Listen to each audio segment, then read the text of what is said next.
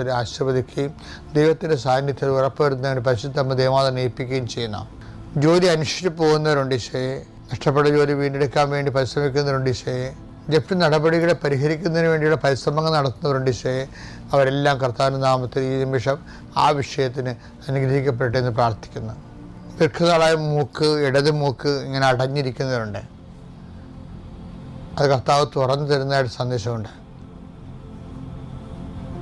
കർത്താവിൻ്റെ ഉന്നതമായ നാമത്തിൽ സഭ ദൈവശക്തിയാൽ നീ നിന്റെ കുടുംബം ഈശ്വരൻ നാമത്തെ അനുഗ്രഹിക്കപ്പെടട്ടെ. നിൻ്റെ ഇന്നത്തെ വഴിയാത്രകൾ, യാത്ര ലക്ഷ്യങ്ങൾ, അതിൽ നിലനിൽക്കുന്ന തടസ്സങ്ങൾ കർത്താവിനെ നീങ്ങിപ്പോട്ട് പ്രാർത്ഥിക്കുന്നു. നീ ഏറ്റെടുത്തിരിക്കുന്ന ഉത്തരവാദിത്തങ്ങൾ അത് ചെയ്തു തീർക്കുന്നതിന് വേണ്ടി പലരുടെയും സഹായം നിനക്ക് ആവശ്യമുണ്ട്. ആ വ്യക്തികൾക്കെല്ലാം രോഗവും ക്ഷീണവും പ്രയാസങ്ങളുമാണ്. അവരെല്ലാം കർത്താവ് സന്ധിക്കുകയും അവർ നിന്നോട് സഹകരിക്കുന്നതിന് വേണ്ടി പ്രത്യേകമായ കൃപയുണ്ടാകാൻ വേണ്ടിയിട്ട് പ്രാർത്ഥിക്കുന്നു. എൻ്റെ കർത്താവ് വിധമായ നാമത്തിൽ സഭയുടെ അധികാരത്തിൽ കുരിശിൻ്റെ അടയാളത്തിൽ നീ അനുഗ്രഹിക്കപ്പെടുമ്പോൾ വല്ലാത്ത മടുപ്പാണ്.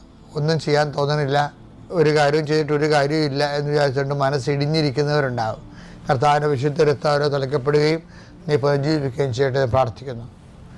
എൻ്റെ കർത്താവിൻ്റെ ഉന്നതമായ നാമത്തിൽ സഭയുടെ അധികാരത്തിൽ കുരിശിൻ്റെ അടയാളത്തിൽ ദൈവശക്തിയാൽ ഇന്നത്തെ ദിവസം നീ കണ്ടുമുട്ടുന്ന വ്യക്തികൾ, പോകുന്ന വഴികൾ, ചെയ്യുന്ന കാര്യങ്ങൾ, ഇടുന്ന ഒപ്പുകൾ, എഴുതുന്ന എഴുത്തുകൾ